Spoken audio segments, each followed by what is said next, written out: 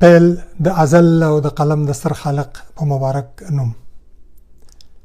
ما خو نه دی څوک بې وجې ازار کړی، دا چې ما ازاروي ازار د چا دی. ډېرو قدرمنو دوستانو سلام او ښې چارې. نن د یوې خونې د عظمت او مظلومیت د داستان سره ستاسو په خدمت کې یم. داسې خونه چې هم لرغونې ده، هم سپېڅلې او هم ډېره منلې. دغه کوټه له نن څخه تقریباً 4300 کاله وړاندې ابراهیم خلیل الله په خپلې سپینې ږیرې او د هغه زلموټي زوی اسماعیل ذبیح الله په تنکیو لاسونو جوړه کړې ده. لکه چې ټول پوهیږو د کفن رنګ تک سپین دی خو ډېر ډارونکی دی، ولې د دې خونې غلاف یا پوښ تک تور دی مګر ډېر زړه راښکونکی دی. دا خونه او دا حرم د امن، توحید او د حنیفو زړونو قبله ده. هره ورځ 15 ځلې په باندې 1 میلیارد مؤمنې ککرۍ په همدغه استقامت باندې خپل خالق ته په سجده کیږي. د کعبې لومړني 2.5 کاله نه چت درلود او نه هم دروازه درلودله. بیا د تبع د قوم چې په یمن کې دی او قرآن کریم کې یادونه شوې، د هغوی پاچا اسد الکامل دغه خونې ته چت جوړ کړل او دروازه هم پکې واچوله. د حضرت پیغمبر علیه السلام د پیدایښت په کال چې عام الفیل ورته ویل کیږي، ابرهه د خپلو مستو پلانو سره د یرغل او د هغې د ړنګولو په نیت راغی، خو ابابیل چې موږ او تاسو توتکالې ورته وایو هغو په داسو کاڼو باندې وویشتې چې د تېښتې لارې ورڅخه ورکه کړله. دغه کعبه سیلابونو ډېره سخته زیانمنه کړه او قریش را پاڅېدل، هغه یې ترمیم کړه، جوړه یې کړه او دیوالونه یې وله 4 ګزه نور هم اوچت کړل، خو د حتیم برخه ورڅخه د باندې پاتې شوه. او مظلومیت یې دلته دی چې په 480 هجري کال کې د شام لښکرو په مکې باندې یرغل راوړ تر څو د عبدالله ابن الزبیر څخه یې ونیسي. هغه هلته والي و. د جنګ او محاصرې په جریان کې هغه په منجنیق وویشتل شوه.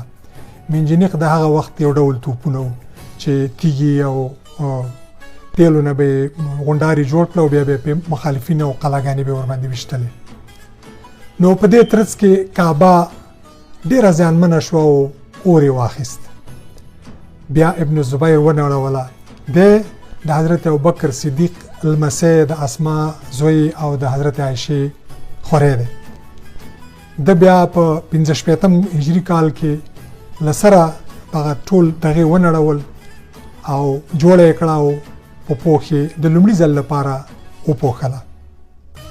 په 3 هجري کال کې ابن زبیر ووژل شو او د اموي خلیفه عبدالملک بن مروان سرزوري او د ظالم قمندان حجاج بن یوسف الثقفي راغی، کعبه یې ورڅخه ونیوله، هغه یې ووژله، په اعدام یې کړ او بیا یې له سره جوړه کړه او 4 ګزه یې دغه دیوالونه نور هم لوړ یا اوچت کړل.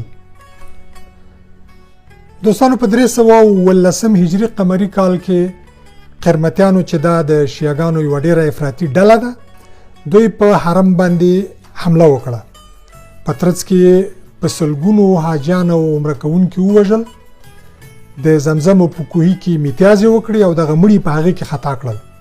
بیا 3 یا 4 ورځې وروسته چې کله دوی تلل نو د حجر الاسود یا دغه توره تیږه دا یې له کعبې څخه جلا کړه او له ځان سره یې د القطیف او د بحرین سیمو ته چې دا د سعودي په ختیځ کې دي له ځانه سره یې ویوړه. بیا 22 کاله وروسته عباسي خلیفه د 120,000 سرو زرو دینارو په مقابل کې تر ګوتو کړه او بیرته له کعبې سره یو ځای کړه.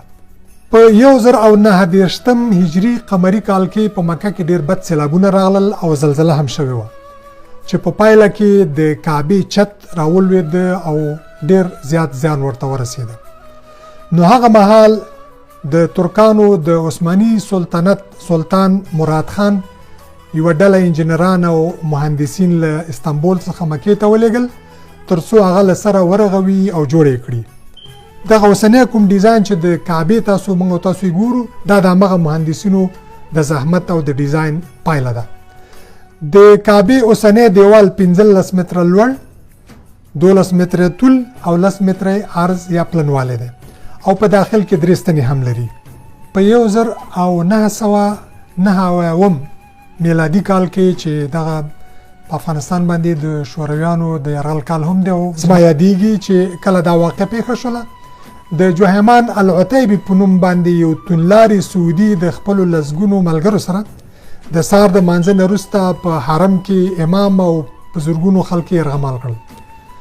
دغه حادثې یا پیښې تقریبا 2 هفتې وخت ونیو تر څو د سعودي ځواکونه وتوانېږي چې هغه ووژني او ملګري بندیان کړي او د کعبې او د حرم دروازې بیرته د خلکو په مخ باندې پرانیزي.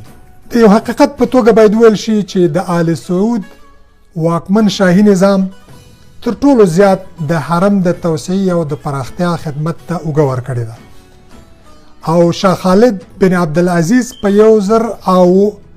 1908 میلادي کال کې د کعبې دروازه چې پخوا به د طلایي رنګ به درلوده د سوچا سرو زرو څخه جوړه کړله چې تقریبا 280 کیلوګرامه خالص سره زر پکې استعمال شوي دي او هغه یې ولګوله.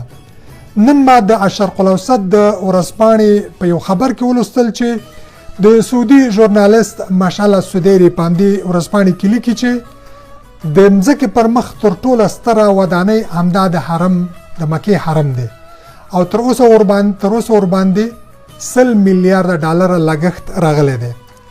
دا ورځپاڼه لیکي چې دلته هر ورځ 1800 کارګر د 14,000 تشنابونو او 40,000 قالینو د پاکولو او د نظافت چارې شپه ورځ پر مخ به او دوی په منډه دي. هر ورځ دلته په متوسط ډول 3 میلیونه ګیلاسه د آب زمزم اوبه څښل کیږي او 10 میلیونه خرماوي په تقریبي یا متوسط ډول باندې ویشل کیږي. او اوس هم وروستۍ خبره د خلیل تر کعبې دا کعبه د لویه که آباد که څوک وران حرم د زړه د روژې مبارکې وروستۍ شپې دي. راځئ چې د خلکو د زړونو د ځورولو او د کړولو څخه لاس واخلو. د افراط په ځای د اعتدال او د کرکې په ځای د مینې او پخلاینې کلچر په خپلو منځونو کې عام کړو. مینه او مننه.